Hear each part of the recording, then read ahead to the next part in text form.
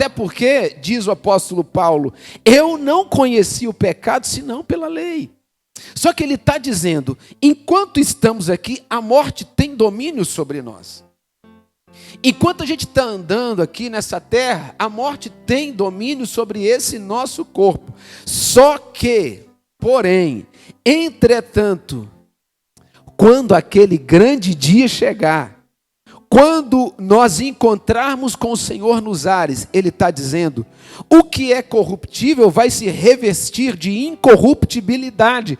Aí, o apóstolo João, lá na ilha de Patmos, no capítulo 21, se não estou enganado, da carta do Apocalipse, da revelação que ele recebe na ilha de Patmos, ele diz, e lá não haverá mais morte, nem choro, nem dor, porque todas essas coisas são passadas. Aleluia! Se alegre hoje por isso, porque um dia nós estaremos com o Senhor, irmão, e vai ser assim eternamente, sabe? Você já viveu alguma coisa eterna? Não, né? Eu vou dizer para você, quando a gente estiver lá, nós vamos viver coisas eternas. Aleluia. Nós vamos viver eternamente, sem dor, sem choro, sem lamento, sem morte. Ele está testificando aquilo que Paulo está dizendo. Esse corpo aqui, não, ele vai ser transformado, fiquem tranquilos. Às vezes a gente olha para o espelho e fala, poxa vida, o meu rosto não é como eu gostaria que fosse.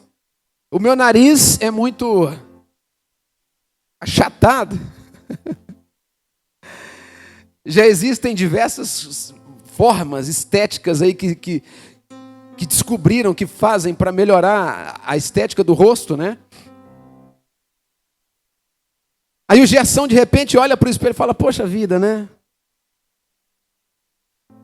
Gerson, eu quero dizer para você, nosso corpo será perfeito lá.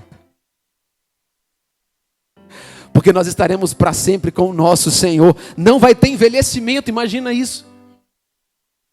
Nós não vamos envelhecer. Minha irmã, a senhora que está aí, né, na melhor idade, sabe, essas coisinhas que começam a aparecer assim. Não vai ter isso lá, porque nosso corpo vai ser transformado, vai ser completamente, né, transformado à semelhança de Cristo, à semelhança de Jesus. Outro dia o Renan falou assim, pastor, minha barba é cheia e dura. Cheia de falha e dura de crescer. Eu falei, Renan, fique em paz, porque na eternidade você não vai precisar olhar para o espelho, porque seu corpo vai ser perfeito. Na eternidade, nós não viveremos mais como nós vivemos aqui. Só que Paulo dá uma condição, e a condição está exatamente no texto que nós lemos. Portanto, ele está dizendo, para que você alcance isso, para que essa eternidade chegue até você, para que esse corpo incorruptível, para que esse corpo imortal chegue até você, quero dizer uma coisa, sede firmes e constantes. A firmeza e a constância são coisas que o Senhor pede. São coisas que o Senhor não só pede, mas Ele exige. São coisas que o reino de Deus exige de nós. Essa firmeza, essa constância. No Senhor e na sua obra. Mas a gente percebe que essa vontade perfeita, boa, agradável do Senhor para nós, muitas vezes é distorcida por aquilo que nós vivemos aqui. E nós perdemos essa constância. E nós perdemos essa firmeza. Mas o Senhor quer restaurar em nós, através da sua palavra, essa constância e essa firmeza. Eu queria que você parasse para observar, para pensar, quantas vezes você fez a si mesmo a promessa de que você iria fazer o devocional todos os dias da semana. E aí você fez o devocional na segunda-feira, fez na terça. Só que quando chegou na quarta-feira, foi tão difícil levantar mais cedo, que você pensou assim, não, hoje eu não vou fazer agora, eu vou fazer à noite. Aí você levantou, tomou seu café, se organizou, foi para o trabalho, trabalhou o dia todo, se estressou, e quando você voltou para casa, você estava tão cansado que tudo que você queria era tomar um banho e dormir. E o devocional acabou ficando de lado. Por quê? Porque a inconstância muitas vezes nos tira desse lugar de propósito de Deus. Mas o Senhor quer restaurar, através do entendimento da sua palavra, a nossa firmeza, o nosso ânimo. E o primeiro dos temas que eu quero compartilhar com vocês essa noite é: não perca o ânimo. Não perca o ânimo. Quando a gente olha para ânimo, a gente percebe o perigo da impaciência e da inconstância.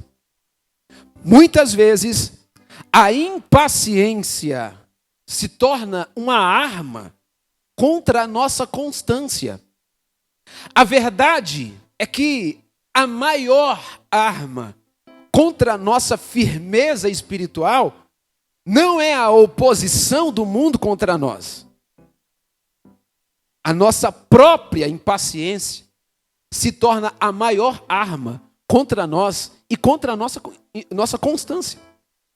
Os nossos inimigos, o inimigo da igreja, os inimigos da igreja, nunca conseguiram parar a igreja, jamais. Você pode ler os melhores livros sobre a história da igreja no primeiro século. Leia Flávio Joséfo. Leia a história dos primeiros cristãos em Roma. Leia Heróis da Fé. Se eu não estou enganado, de W. Tozer, é isso? Leia sobre a história dos heróis da fé.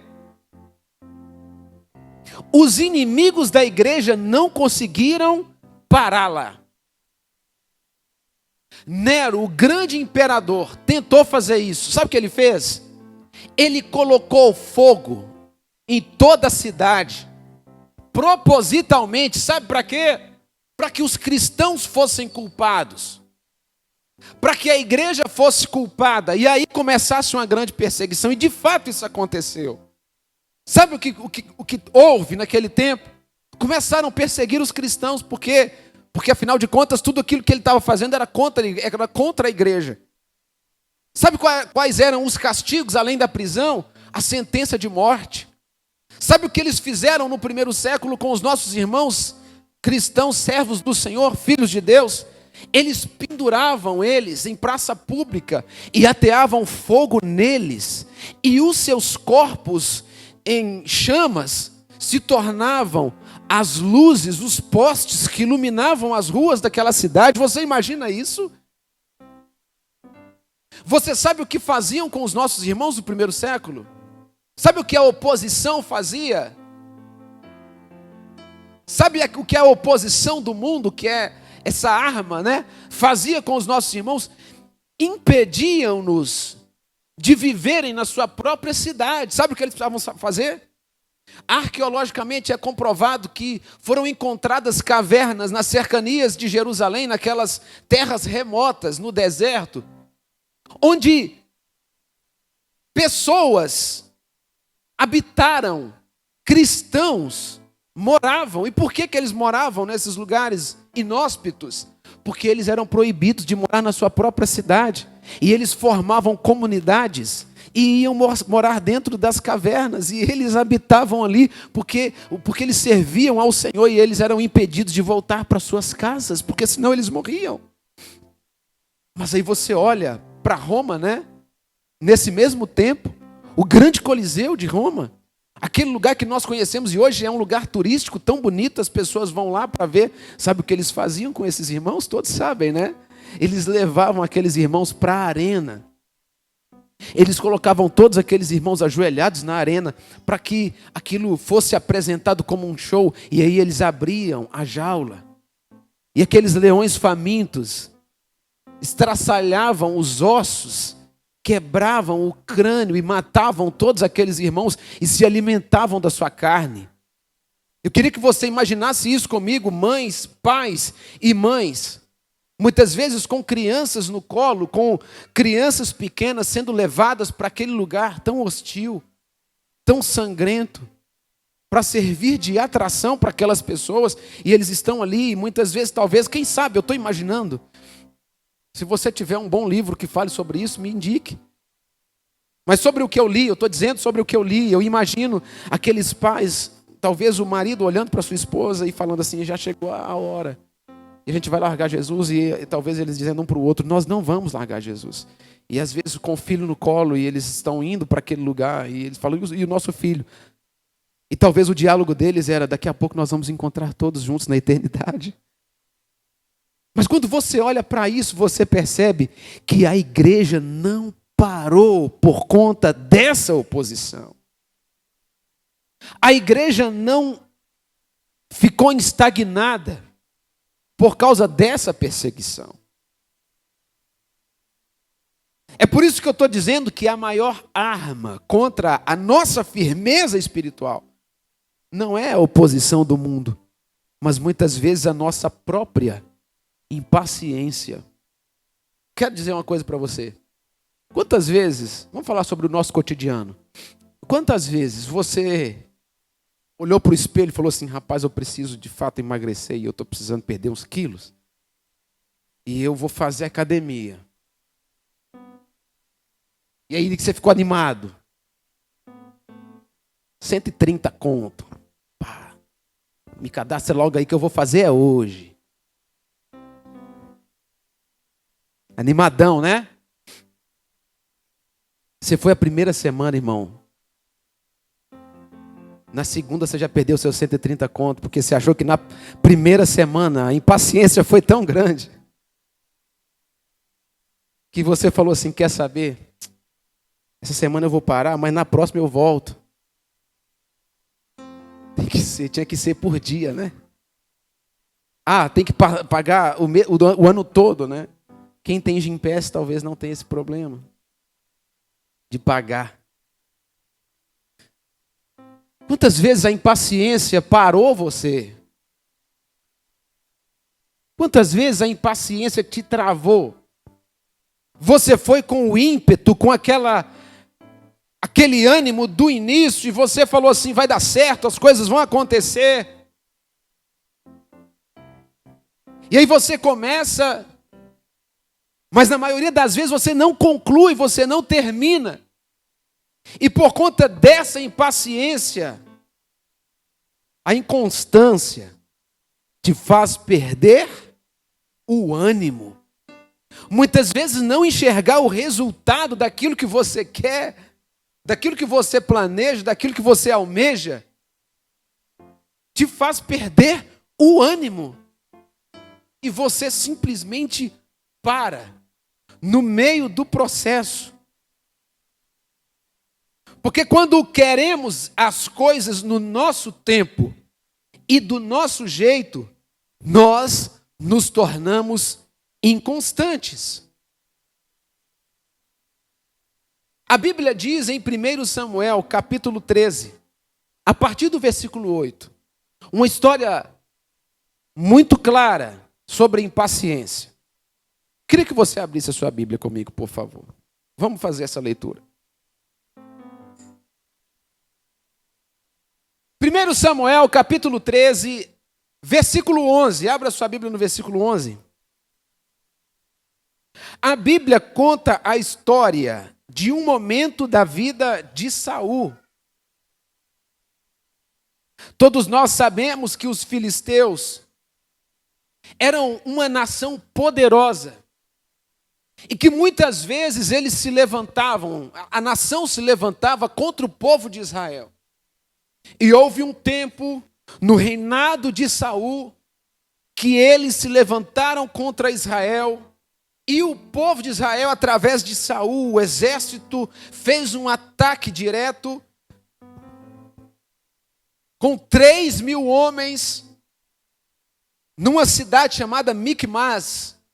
Eles atacaram os filisteus. E quando o rei filisteu soube do ataque, ele se levanta e ele começa a preparar seu exército para dar uma revanche contra Israel. E aí alguém vem e avisa Saul: olha, os filisteus estão vindo contra nós. Só que eles estão vindo armados até os dentes, e eles são incontáveis. A Bíblia diz que quando Saul recebe essa notícia, ele fica com muito medo. Ele treme, ele sente angústia. E os seus soldados começam a perceber isso, o seu exército começa a perceber essa dificuldade que Saul está tendo naquele momento da guerra. Saul se esconde num determinado lugar em Gilgal. A Bíblia diz que o exército de Israel, o exército de Saul, quando ouviu aquela notícia que o exército filisteu estava vindo para lutar contra eles, que eles eram incontáveis, inúmeros, eles perderam a confiança e eles começaram a se esconder em cisternas. Eles começaram a se esconder em buracos que eles cavaram. E agora Saul está em Gilgal, e a Bíblia diz, lá no versículo 7, que Saul ficou em Gilgal e os soldados que estavam com ele tremiam de medo. E ele esperou 7 dias, diga comigo, 7 dias. E Samuel, no capítulo 10, pede para ele esperar 7 dias. A Bíblia diz que quando se passam 7 dias, Samuel não chega. O que Samuel ia fazer? Samuel ia apresentar um sacrifício ao Senhor. Porque a função de apresentar o sacrifício, de erigir o altar e oferecer o sacrifício não era do rei, era do sacerdote. Samuel naquele tempo fazia o papel de juiz, sacerdote e profeta. Então a pessoa que estava apta para fazer aquilo era Samuel, porque ele era juiz e ele era profeta, e ele também era sacerdote. Só que quando deu os 7 dias e Saul olhou, viu que os seus soldados estavam fugindo, viu que eles estavam com medo, eles começaram a fugir, e ele pensou: eu vou perder a guerra, não tenho o que fazer, eu mesmo vou fazer o sacrifício. A Bíblia diz, versículo 9, e ele ordenou: tragam-me o holocausto. Saul está dizendo isso. E os sacrifícios de comunhão. Saul então ofereceu o holocausto. Quando terminou de oferecê-lo, Samuel chegou e Saul foi saudá-lo. Por isso, de tempo, o reinado de Saul foi rejeitado pelo Senhor.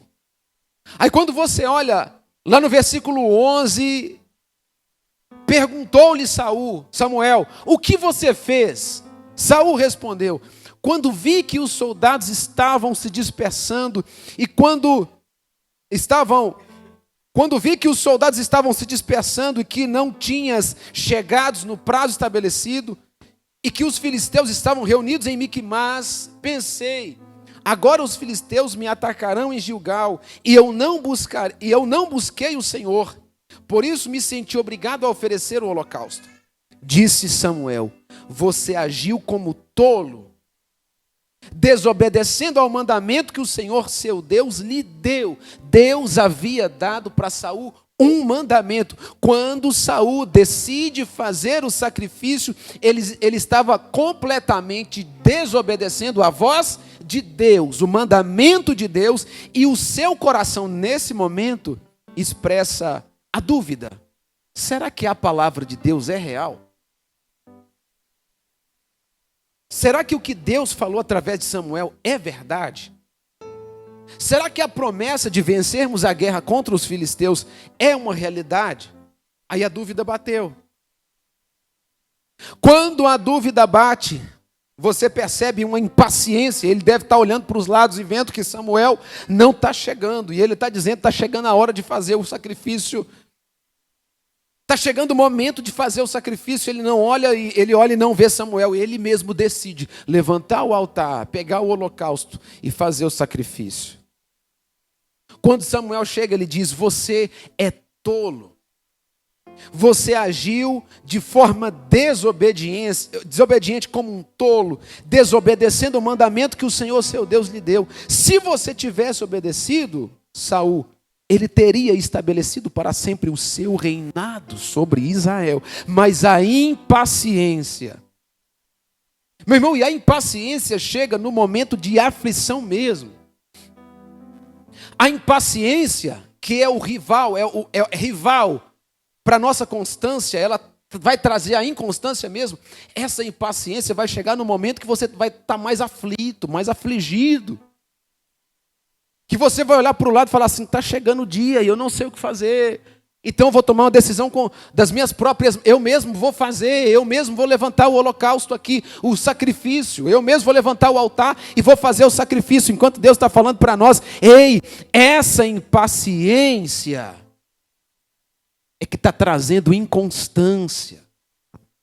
Essa impaciência em não permitir que o Senhor trabalhe no tempo que Ele quer trabalhar, é que está fazendo com que você perca o ânimo, é que está fazendo com que você pare no meio do caminho.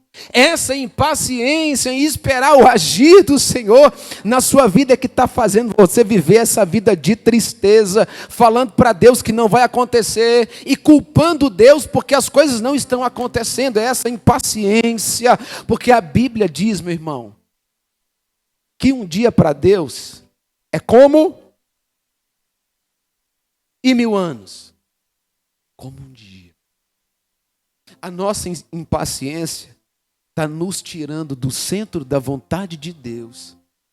A nossa impaciência é o maior inimigo contra o nosso ânimo, contra a nossa constância. Saul, de fato, estava sob forte pressão. Observe que o exército inimigo, o exército dos filisteus, marchava contra ele. O povo de Israel começou a fugir com medo. O profeta Samuel não tinha chegado no prazo de 7 dias que ele havia estabelecido. Quando Samuel chega, aquela impaciência está sendo evidenciada na vida de Saul. Quantas vezes nós nos tornamos inconstantes e desanimados, porque a resposta de Deus parece demorar. A impaciência nos faz tomar atalhos perigosos na nossa família, nas nossas finanças, na nossa vida espiritual, na nossa vida ministerial, na nossa vida profissional, na nossa vida sentimental. A impaciência nos faz tomar atalhos. Para chegar mais rápido, a gente tenta outros meios. Mas a palavra do Senhor é: no tempo certo, na hora certa, no momento certo, vai acontecer. Eu vou agir, eu vou trabalhar, eu vou fazer. Queridos, não é sobre a força do nosso braço, é sobre a força do braço de Deus. A Bíblia diz que Ele se aperfeiçoa nas nossas... Por quê? Por que Ele se aperfeiçoa nas nossas fraquezas? Porque quando nós estamos fracos, nós nos tornamos vulneráveis. E tudo que Deus quer é que você deixe a sua força de lado e se torne completamente vulnerável a Ele e à sua vontade. Mas você está olhando para a situação e está falando assim: está demorando demais, deixa eu tomar um atalho aqui. Não, está demorando demais, deixa eu fazer com minhas próprias mãos aqui. Não está acontecendo não, deixa eu. E Deus está dizendo para você nessa noite: essa sua impaciência é que está impedindo você de ser um homem e uma mulher de Deus constante. Quero dizer para você uma coisa essa noite: não desanima. Não desanima nessa caminhada, não desanima. O tempo de Deus sempre valeu e sempre valerá a pena. Nós estávamos lá no interior de Minas Gerais, casados há 4 anos. Acho que eu já contei isso aqui para vocês, né? E eu vim aqui para Indaiatuba, fiquei apaixonado com essa cidade. Gente, como eu fiquei apaixonado com essa cidade. Me levaram no Parque Ecológico, lá perto da prefeitura, o lugar mais bonito que tem, rapaz. Ninguém me levou no Campo Bonito.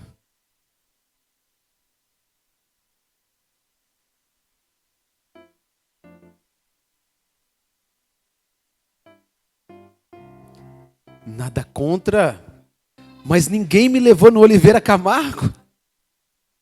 Brincadeira, gente, brincadeira. Eu acho que conheço todos os bairros da cidade, né? Mas eu fiquei apaixonado com essa cidade de verdade, muito. Só que eu não sabia o preço do aluguel, né? Então, e aí a gente foi orar. Na verdade, nós já estávamos orando, né? Quando eu vim a primeira vez. A gente já estava orando, pedindo para Deus um sinal. Senhor, a gente quer ir para lá, Senhor. E aí eu conheci a cidade, fiquei mais apaixonado ainda. Já tínhamos alguns parentes que moravam aqui. E aí eu conheci a cidade e eu voltei mais apaixonado pela cidade. E aí eu falei para a Keilinha falou, é isso mesmo, vamos. E a gente continuou orando, falando com Deus. E um ano orando, Ketuli. E a resposta de Deus para mim foi não. Foi não. E eu entendi muito claramente a resposta de Deus para mim, dizendo não. O meu pai, que hoje dorme no Senhor, tudo que ele queria é que nós saíssemos de lá e viéssemos para mais próximo dos nossos parentes, porque para ele nós estávamos inseguros lá por não termos parentes próximos. Uma ideia dele. E aí quando eu liguei para ele, que eu falei, pai, estou querendo ir, já estamos já organizando as coisas. O meu pai, que sempre quis que nós saíssemos de lá, virou para mim no telefone e falou assim, ó, meu filho, mas por que você vai sair daí? Você tem certeza que é isso que Deus quer para você agora? Aí o Espírito Santo veio falando assim, ó, você está pedindo uma resposta? Está aí a minha resposta para você agora. Mas eu não entendi no momento, eu entendi depois. Nós estávamos passando por um processo. E tinham coisas pendentes para a gente resolver lá. Mas a gente não desistiu, porque era um desejo do nosso coração. E nós obedecemos à voz de Deus. E nós não viemos naquele ano. Continuamos oramos mais um ano. E da segunda vez, eu me lembro muito claramente da primeira resposta dele. Mas eu liguei outra vez para falar para ele mais uma vez. Para o meu pai, que já dorme no Senhor. Eu falei, pai, agora 1 ano depois, orando. Esse processo que a gente estava passando, passou, sabe? Era um vento muito forte. E aí eu liguei para ele mais uma vez e falei para ele assim, 1 ano depois. Falei, pai, a gente está querendo ir. O que o senhor diz? Aí ele falou assim para mim, meu filho, tudo que eu sempre quis foi que vocês fossem para lá, porque o seu tio está lá, os seus irmãos estão lá. Então eu acho que está na hora de vocês saírem dessa cidade e irem para lá. Parece contraditório, mas eu ouvi a voz de Deus falando assim, ó, você está pedindo uma resposta? Está aí a minha resposta. No dia que nós fizemos o culto domiciliar, o culto de despedida na nossa casa, boa parte da igreja estava na nossa casa, e a esposa do presbítero Jacinto citou aquele versículo de Josué, capítulo 1, versículo 9, que não sai, e nunca saiu da minha memória, e nunca vai sair do meu coração. Ela disse assim, olha, não te mandei eu, rapaz, foi como uma flecha, tão somente esforça-te e tenha bom ânimo, porque eu sou contigo por onde quer que andares.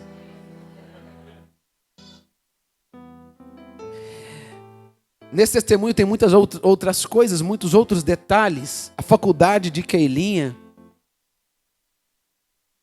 calhou da faculdade aqui dar certo para ela, e era a única faculdade que podia dar certo para ela fazer nutrição, e ela ganhou completamente gratuita. Nós não pagamos nada, Deus providenciou tudo. A minha esposa é formada e ela ganhou essa bolsa depois que nós chegamos aqui nesse processo de estarmos de lá para cá. Chegamos aqui no seguro-desemprego e na última semana, quando o meu seguro-desemprego caiu, a empresa ligou para mim falando: olha, tem vaga, você quer vir trabalhar? Eu falei: é isso aí que Deus está fazendo, é isso que Deus quer para nós.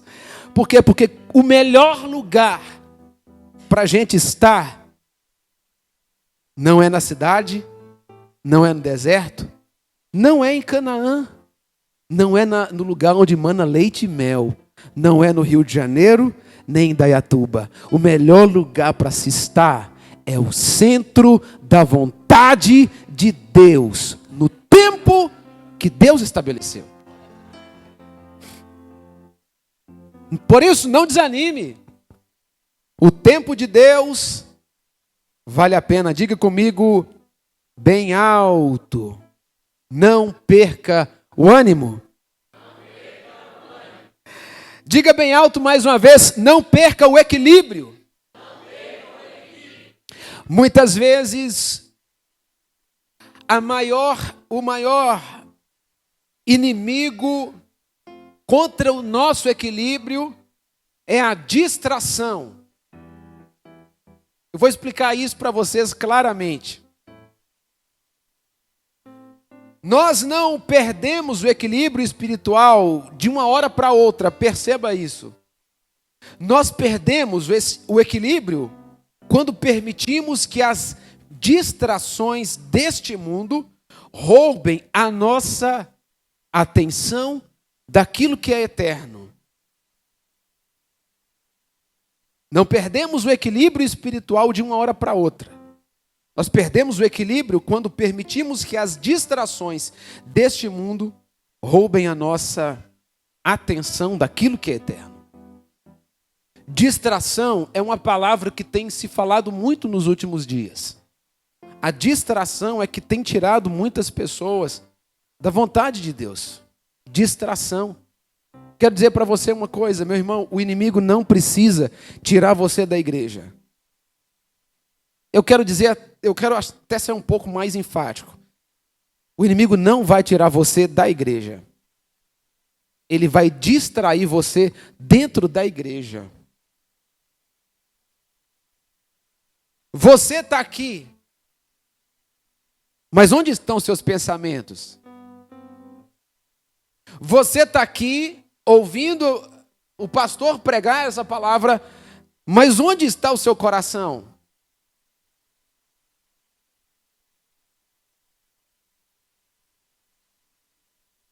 Quando nós permitimos que essas distrações do mundo roubam nossa atenção, nós perdemos esse equilíbrio, o equilíbrio em Deus.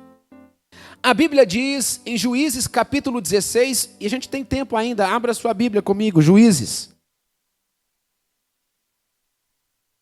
Está um pouco antes de Samuel. Capítulo 16 de Juízes conta para nós uma história que é realmente muito conhecida. A história de Sansão. Sansão, o vale de Soreque e Dalila. Um homem forte, que tinha uma promessa de Deus. Um homem forte, que tinha, através de seus pais, feito o pacto, o voto do nazireado.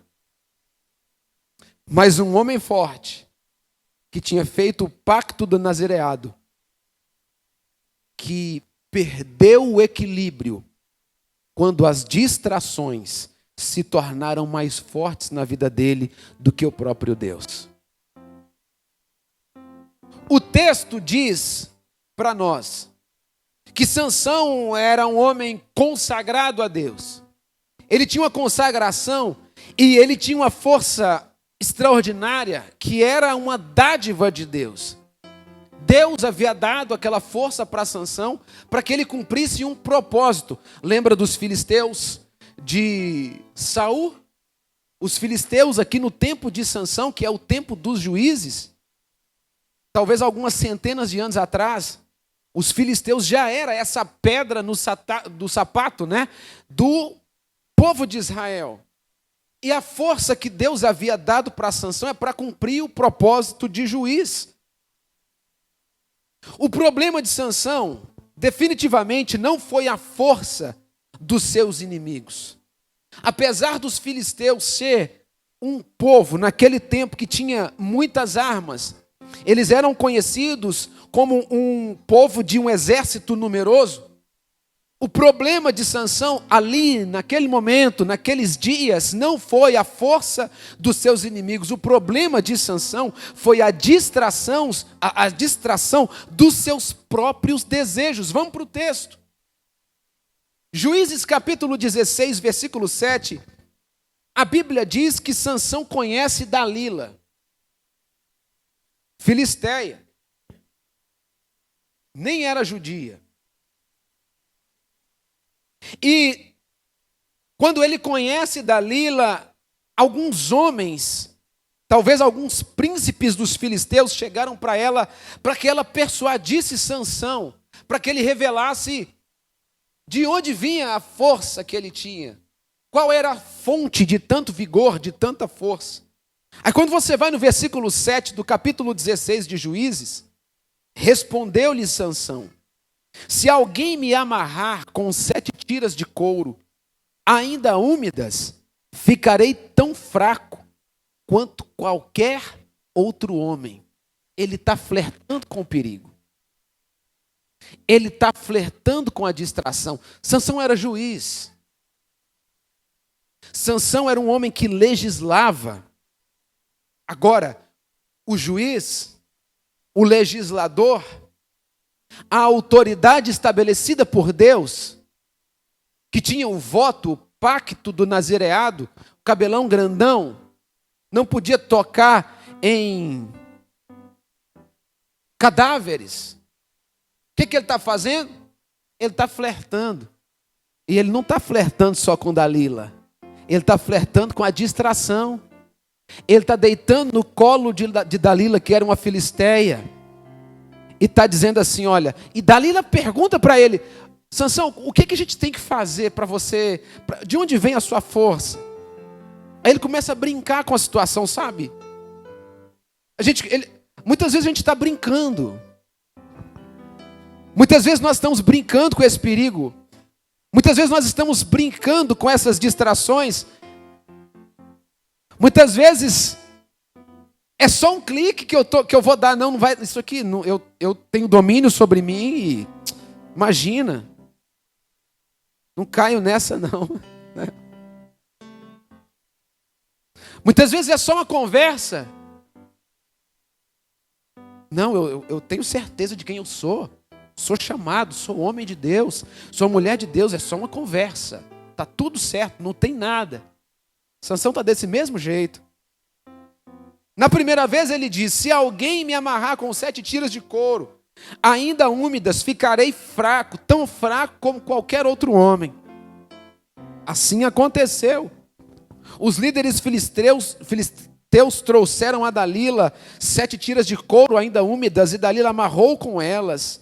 Tendo os homens escondidos no quarto, ela o chamou: Sansão, os filisteus estão atacando. Mas ele arrebentou as tiras de couro como se fosse um fio de estopa posto perto do fogo.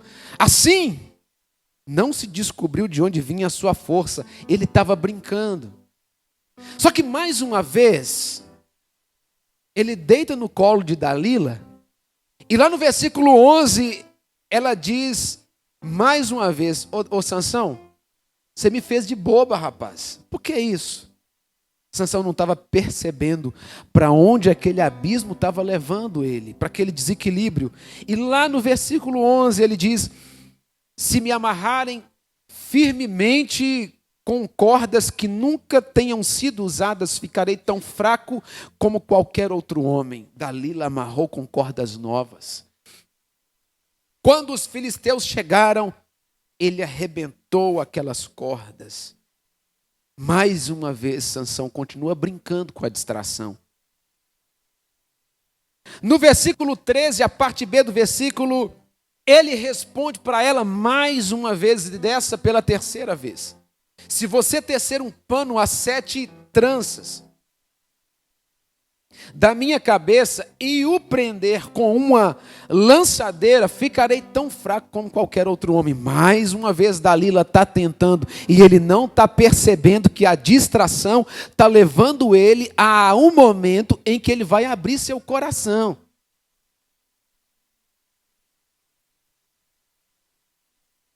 Quando ele dormia, Dalila teceu as 7 tranças da sua cabeça num pano e prendeu com a lançadeira. Novamente ela chamou, e quando os filisteus chegaram, ele se levantou, se despertou do sono, arrancou a lançadeira e o tear com os fios.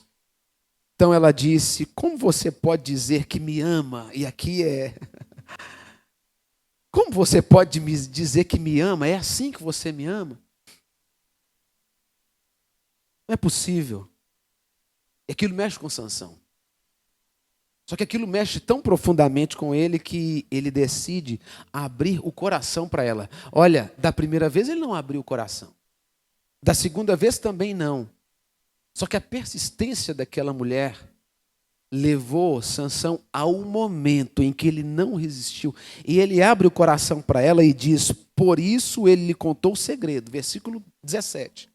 Ele lhe contou, ele abriu o coração para ela. Era um homem de Deus, um juiz sobre Israel, que tinha um pacto com Deus.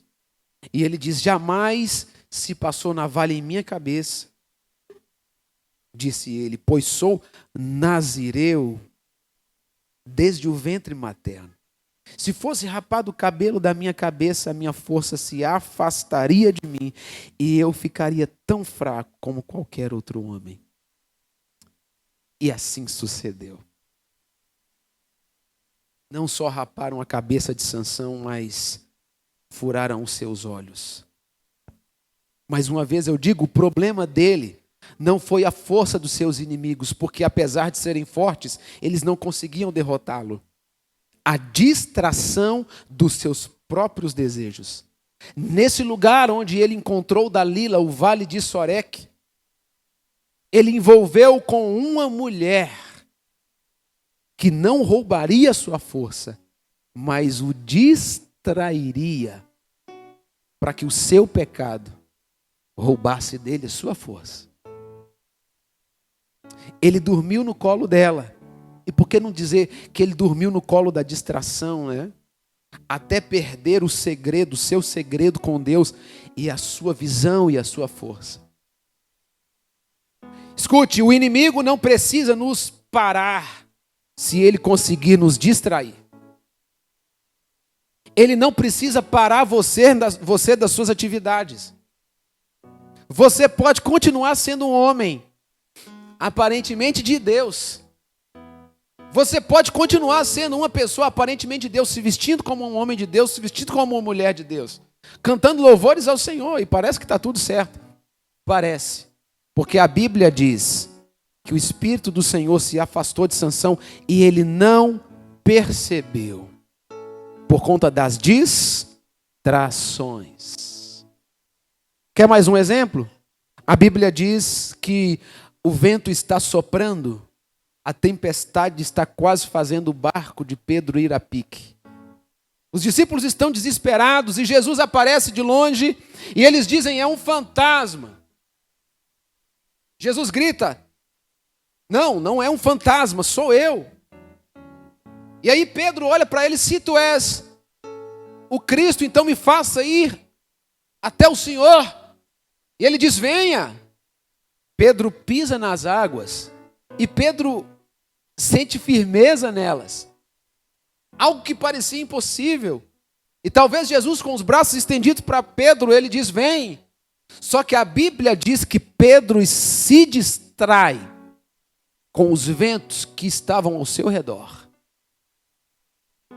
Os olhos de Pedro deixam de olhar para Jesus. O foco de Pedro já não é mais o Cristo. Já não é mais a voz do Senhor. A voz de Jesus parece que está sendo confundida pelos ventos que estão soprando. É quando Pedro, no momento da distração, começa a afundar. E quando ele começa a afundar, ele pede socorro. Porque tudo que Jesus queria é que Pedro continuasse olhando para ele e ouvindo a sua voz. Fique de pé comigo nesse momento.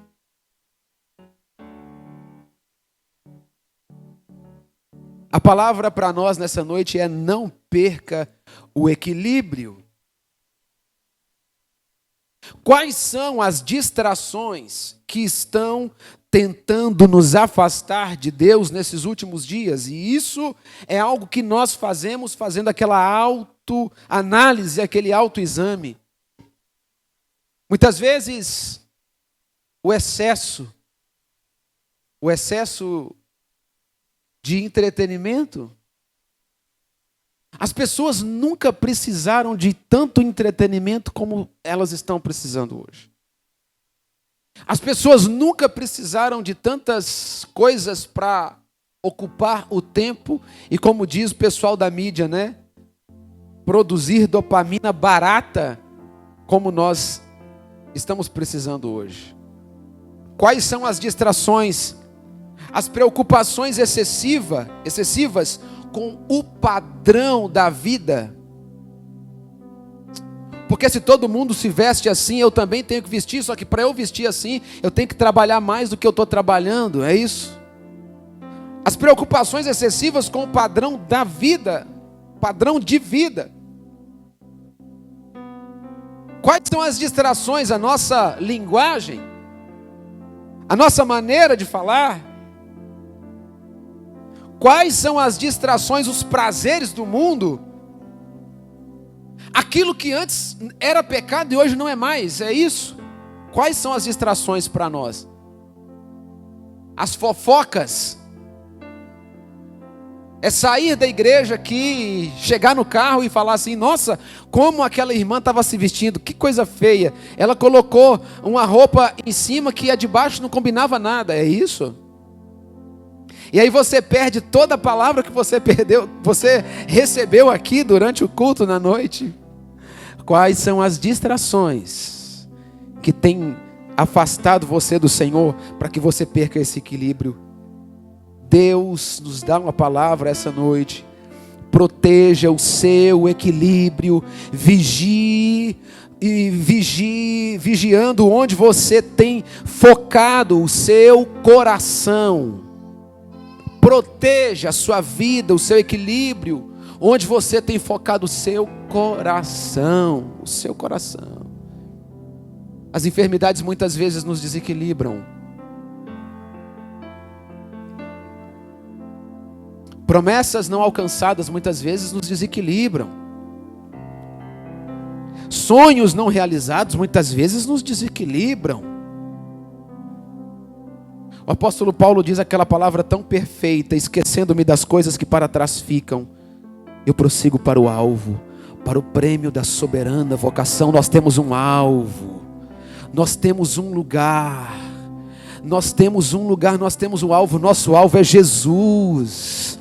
Tudo que Jesus queria era: Pedro, olha para mim, não olha para os lados, não perceba o vento, olha para mim, escuta a minha voz, Pedro. Se você ouvir minha voz, as distrações se dissiparão. Olha para mim, foca os seus olhos em mim, escuta a minha voz. Minha voz. Não perca o equilíbrio. Fecha seus olhos nessa noite.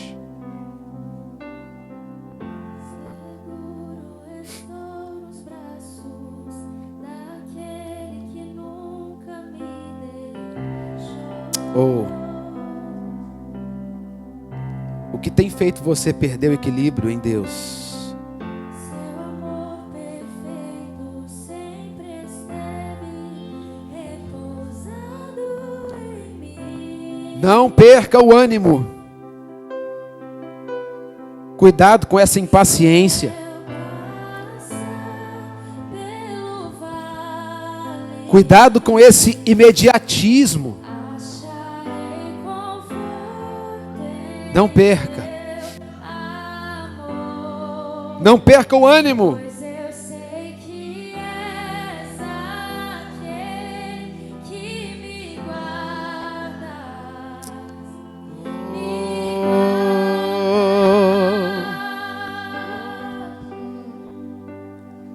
Em teus braços é.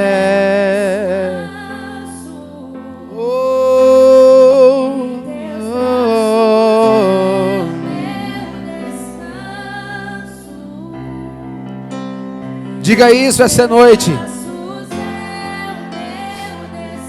Diga para Deus: o Senhor é o meu refúgio, a minha fortaleza, como disse Davi. Em Deus 1000 cairão ao nosso lado, 10.000 à nossa direita, mas nós não seremos atingidos. Não perca o ânimo e não perca o equilíbrio. Deus é a nossa rocha.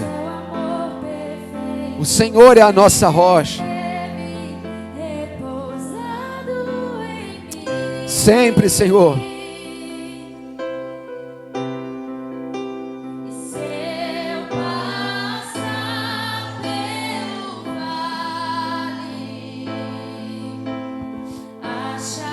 Creia nisso. Creia nisso. Pois eu sei que és aquele que me guarda. Cante, Ele me guarda. Em seus braços. Em seus braços é meu descanso.